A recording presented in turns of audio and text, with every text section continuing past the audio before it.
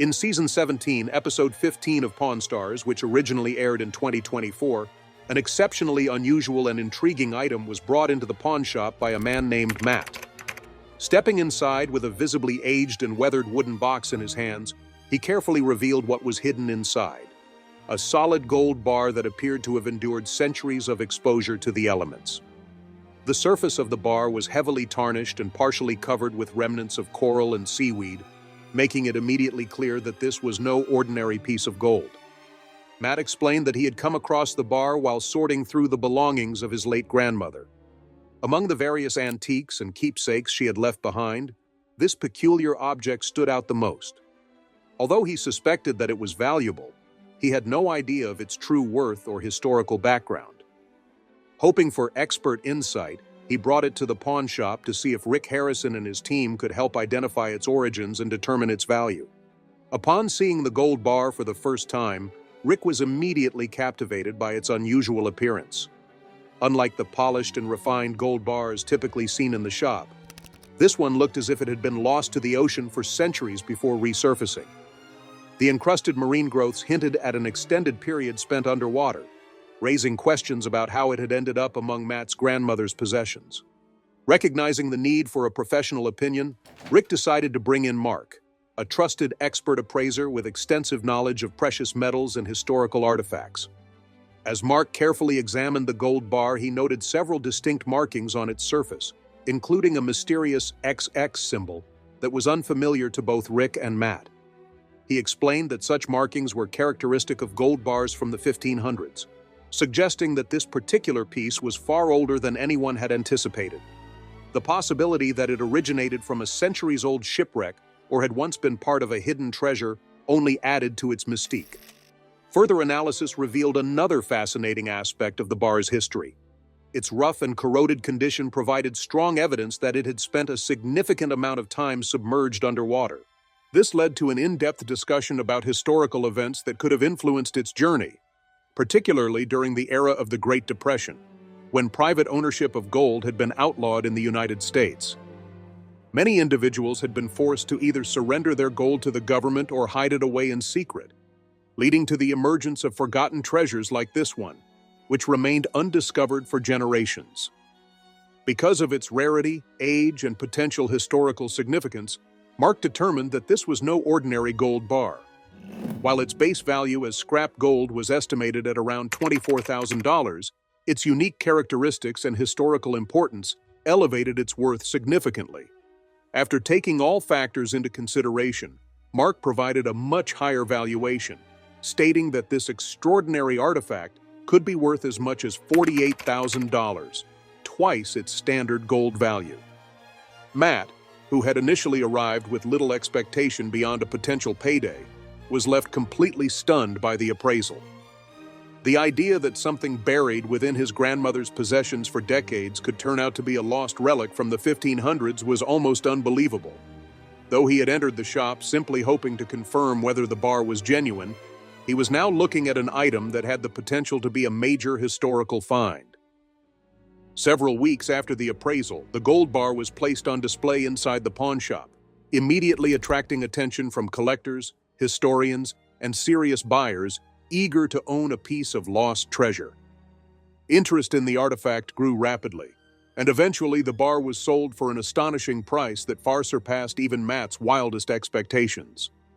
What had started as an ordinary search through a grandmother's belongings had turned into an incredible financial and historical revelation. The discovery not only left Matt with an unexpected fortune, but also proved once again that hidden treasures have a way of turning up in the most unexpected places. In Season 13, Episode 16 of Pawn Stars, Chum stumbles upon something unexpected while running an errand in Las Vegas. While driving around, he spots a rare Bowden Spacelander bicycle, a model famous for its futuristic design and extreme rarity, with only about 80 ever produced. Knowing a thing or two about bikes, he immediately recognizes how special this find is. Curious, he pulls over and strikes up a conversation with the owner, who reveals that the bike was a Christmas gift from 1960. Having cherished it for decades, the owner had never really considered selling it. He mentions that the bike was always meant to be passed down to his grandkids, making it tough to part with. However, due to some legal issues, he decides it's time to let it go. At first, he throws out a hefty price of $20,000, but Chum, always up for a good deal, isn't willing to settle for that. He counters with $7,000, but the owner isn't quite on board. After some back and forth, a compromise was finally reached at $8,700. The owner, needing the money for an upcoming case, agrees to the deal, and Chum secures the rare bicycle. Back at the shop, Chum is eager to show off his latest find, knowing that a spacelander in good condition can fetch anywhere from $12,000 to $20,000. Initially surprised by the purchase, Rick ultimately agrees that Chum got a solid deal. Impressed by his negotiation skills, Rick even rewards him with a $1,000 bonus, acknowledging the effort and smart decision-making. This Pawn Stars episode perfectly showcases the rising value of vintage bicycles. With their unique designs and extremely limited production, collectors are more than willing to pay a premium to own a rare piece of cycling history. In Season 16, Episode 5 of Pawn Stars, an intriguing set of original mixed-media postcards by renowned artist Jean-Michel Basquiat is brought into the shop. Recognizing the potential value of these rare pieces, Rick inquires about their origin. The seller explains that they were acquired from a private collector who had obtained them directly from Basquiat's friend. However, no official documentation is available to verify the chain of ownership. A price of $38,000 per postcard is quoted by the seller, but Rick remains cautious. Wanting to ensure both authenticity and value, an expert is called in for an evaluation. Scott Ferguson, an art expert with a personal connection to Basquiat, arrives to assess the pieces. His initial reaction expresses concern over the lack of paperwork, as art of this caliber typically requires provenance to confirm its legitimacy. After a careful examination, Scott confirms that the postcards are indeed authentic. Based on their rarity and condition, he estimates their worth to be around $50,000 each. With this new information, Rick becomes more confident in making an offer and proposes purchasing the entire collection for $50,000. The seller, hoping for a better deal, initially hesitates. The risks associated with reselling such high-value artwork are pointed out by Rick, reinforcing his stance on the price. Eventually, after some negotiation, an agreement is reached at $50,000 for the entire set. The transaction is finalized in cash, leaving both parties satisfied. Rick secures a valuable addition to the shop's collection, and the seller walks away with a substantial sum.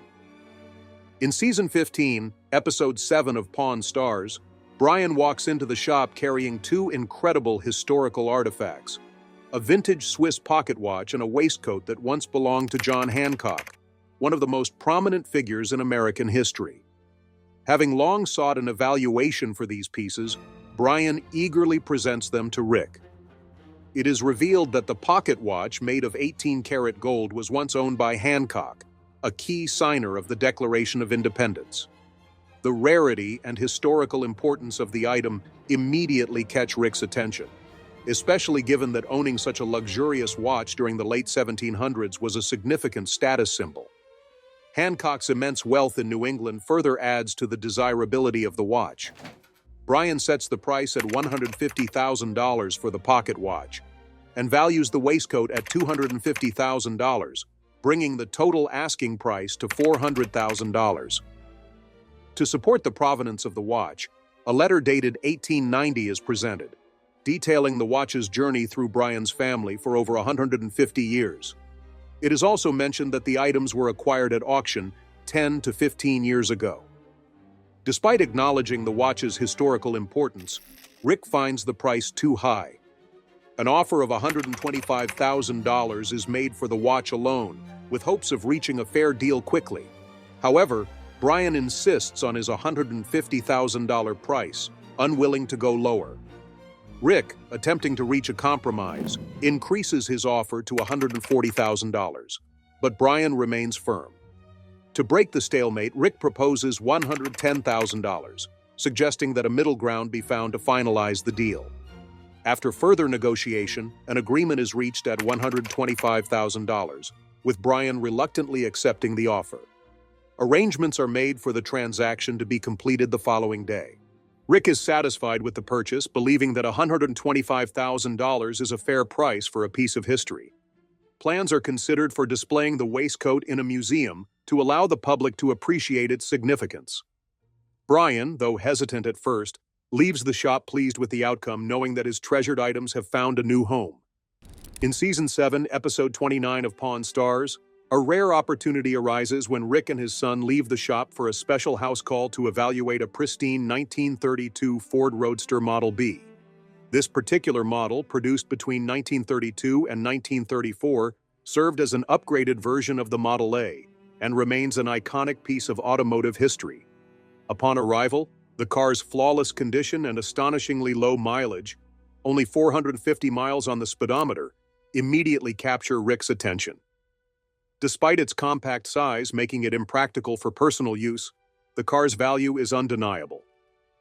To gain expert insight, Danny Coker, a well-known custom car builder from Las Vegas, is called in to assess the vehicle. His excitement over the Roadster further solidifies Rick's interest, convincing him that it is worth serious consideration. When the seller discloses a rock-bottom asking price of $70,000, negotiations begin with Rick making an initial offer of $65,000, explaining that a sale of this nature would require a niche buyer with deep pockets. Reluctant to drop too much from his original price, the seller counters at $69,000, emphasizing that the vehicle has cost him significantly more. A back-and-forth exchange follows, with Rick suggesting $67,000, to which the seller proposes $68,500. A final round of bargaining takes place, narrowing the difference even further, until a final agreement is reached at $68,250. A handshake seals the deal, with both parties walking away satisfied.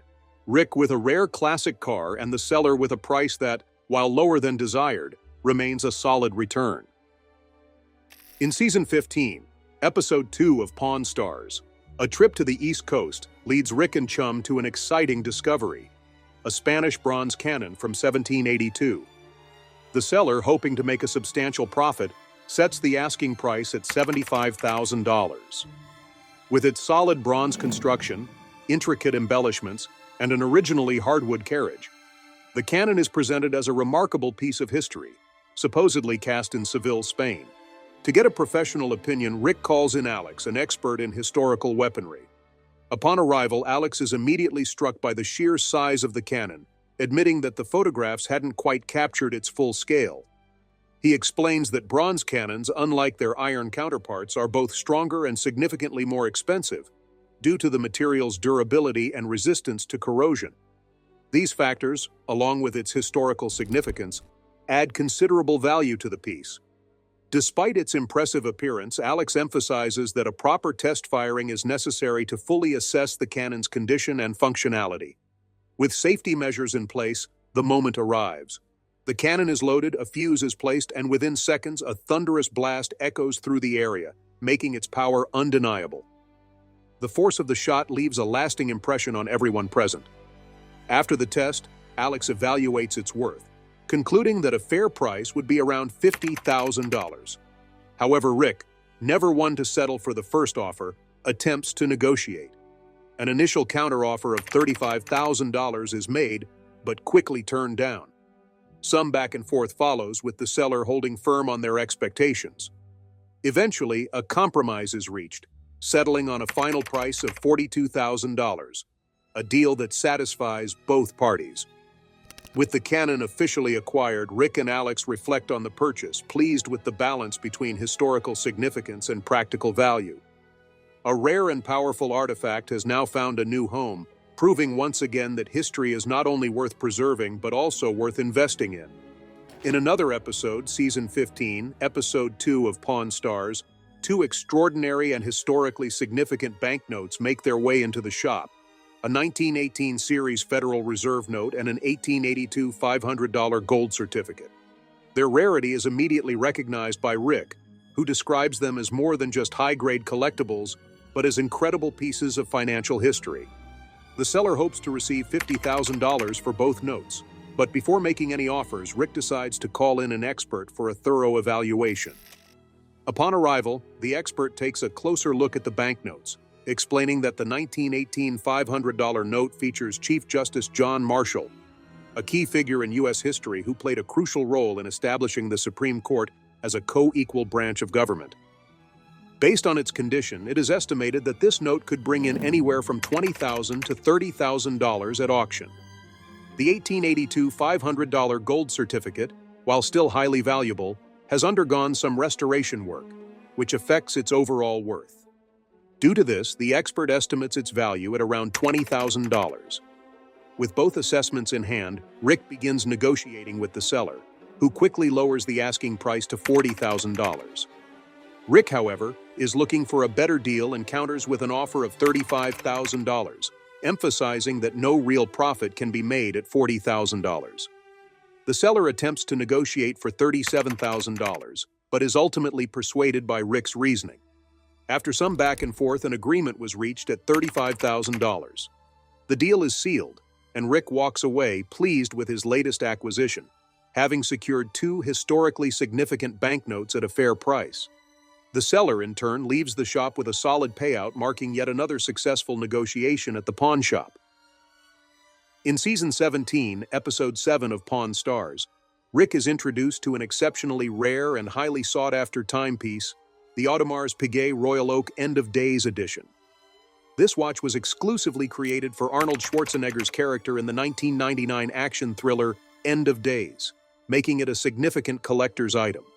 Immediately captivated by its bold design and limited production, Rick takes note of its exclusivity, as only 500 units of this model were ever manufactured. The seller, David, provides insight into the watch's background, explaining that it was purchased from a friend. Despite its appeal, it has rarely been worn due to its bulky nature, making it impractical for everyday use.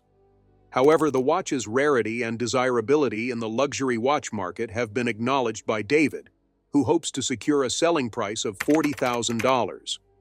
Rick carefully inspects the watch, confirming that it remains in excellent condition. Confident in his valuation, an offer of $30,000 is made, reflecting what he believes to be a fair market price. David, aware of the watch's increasing value over time, declines the initial offer and counters with a minimum asking price of $33,000, standing firm on his expectations. A negotiation ensues, with Rick suggesting $31,000 in an attempt to find common ground. David remains steadfast, countering at $33,000, leading Rick to propose a compromise of $32,500. After a brief moment of consideration, David ultimately agrees to the offer, though a hint of reluctance is evident. Despite not being entirely satisfied with the final price, David chooses to accept the deal, deciding to reinvest the money into cryptocurrency or NFTs, anticipating a more lucrative return in the future. Rick, pleased with the acquisition, secures yet another rare and valuable timepiece for the shop's collection. In Season 15, Episode 4 of Pawn Stars, a woman named Peggy arrives at the pawn shop carrying a spider-shaped brooch she inherited from her grandmother. Uncertain about its value and eager to sell due to her dislike of spiders, she hopes to receive a few $1,000s for the piece. Rick carefully examines the brooch and immediately recognizes it as a Fabergé creation, a rare and valuable piece crafted by the renowned jeweler Peter Carl Fabergé. Further inspection reveals that the brooch is a pre-revolution Russian imperial jewelry piece, designed with onyx, platinum, diamonds, sapphires, and rubies, making it an exquisite and historically significant treasure. An initial offer of $2,000 is made by Rick, but after realizing its true worth, the amount is significantly increased to $115,000. Shocked by the unexpected value, Peggy attempts to negotiate for $177,000, believing that a piece of this rarity should fetch more. However, Rick remains firm in his evaluation, countering with $155,000, which he deems a fair offer given the brooch's uniqueness and condition. A bit of back and forth occurs, but Rick holds steady on his offer, explaining that while the brooch is a remarkable find, it will not be an easy item to resell. Ultimately, Peggy agrees to the $155,000 price, thrilled with the outcome of the transaction. Rick, pleased with the acquisition, adds another rare and historically significant piece to his collection, recognizing the challenges that come with negotiating such valuable items. In Season 6, Episode 11 of Pawn Stars, a man arrived at the shop with hopes of selling a rare gold coin passed down from his grandfather. Little was known about its history, other than the fact that it had been safely stored in a plastic case for years. Upon inspection, the coin was identified as an 8 escudo piece minted in Lima, Peru. The seller, unaware of its potential value, initially asked for $2,000. Rick, recognizing the coin's historical significance, explained that such coins had been produced during Spain's control of Latin America. During this period, enslaved laborers had been forced to extract gold under harsh and dangerous conditions, making each of these coins a relic of a brutal past. Since counterfeits of these valuable coins were common, an expert was called in to verify its authenticity. Carl, a specialist in Spanish colonial currency, confirmed its legitimacy. Various details were highlighted, including the prominent L marking for Lima, the denomination of 8 escudos, and the Latin phrase plus ultra, symbolizing Spain's ambitions beyond Europe. After authentication, the coin's estimated value was placed at an astonishing $188,000. The seller, originally expecting a much lower figure, was taken aback by the news. Negotiations soon followed, with both parties making offers and counteroffers. Eventually, a final agreement was reached at $111,000, far above the seller's initial asking price. Leaving the shop with a small fortune, the seller walked away thrilled by the unexpected windfall. What had once been a simple family heirloom turned out to be a piece of Spanish colonial history, proving that even small treasures can hold incredible value. Another remarkable item is presented when a seller named Greg brings in a unique and historically significant collectible, a rare Lincoln portrait card. This card, featuring an image that served as the basis for the Lincoln penny, is believed to be the only privately owned example of its kind, making it an extraordinary find. Greg, fully aware of its historical importance, values the item at $100,000. Rick, instantly intrigued by the card's connection to Abraham Lincoln and its numismatic significance, expresses strong interest. Acknowledging its rarity, he admits surprise that such an artifact remains in private hands.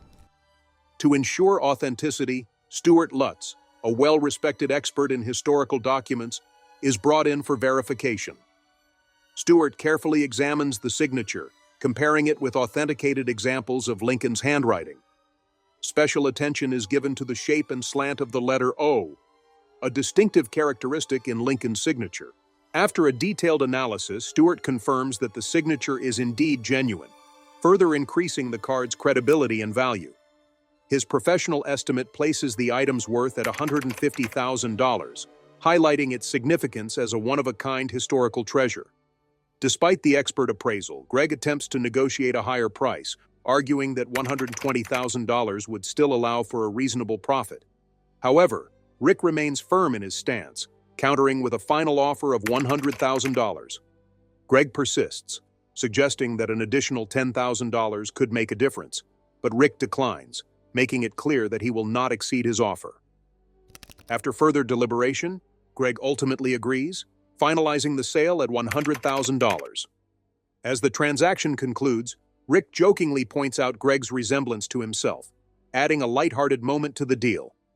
With the purchase completed, plans are made to determine the best course of action for the card, whether for display, resale, or preservation. Greg walks away pleased with the deal, while Rick secures yet another historically valuable piece for his collection.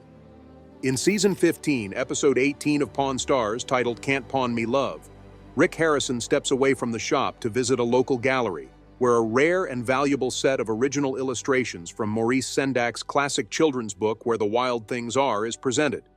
First published in 1963, the book tells the story of Max, a young boy who journeys to a fantastical land filled with wild creatures and is crowned their king. The story has remained immensely popular over the decades and was even adapted into a feature film in 2009. Sendak's distinctive artwork is widely recognized and celebrated, making original pieces from the book highly sought after by collectors. Rick, always intrigued by unique and culturally significant items, is eager to learn more about the illustrations and why their owner, Nick, has decided to sell them. Nick explains that he has held onto the artwork for quite some time, but now wishes to pass it on to another collector. A starting price of $375,000 is proposed, with Nick emphasizing the excellent condition of the illustrations and their historical significance. Understanding the importance of a professional appraisal in high-stakes transactions, Rick calls in an expert to evaluate the artwork. After careful assessment, it is determined that the first two illustrations alone are valued at approximately $80,000 each, with the entire collection estimated at around $310,000. This appraisal provides Rick with a solid foundation for negotiation. An opening offer of $200,000 is presented by Rick, though Nick immediately declines, believing the artwork to be worth significantly more. A counteroffer of $300,000 is suggested, but Rick insists that this is not a fair middle ground. Further bargaining ensues, with Rick increasing his offer to $240,000, followed by Nick adjusting his price to $250,000. After a brief moment of hesitation, Rick agrees, sealing the deal at $250,000.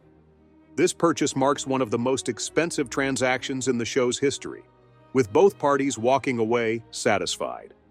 Nick secures a strong sale price for his cherished illustrations, while Rick adds an extraordinary piece of literary and artistic history to his collection.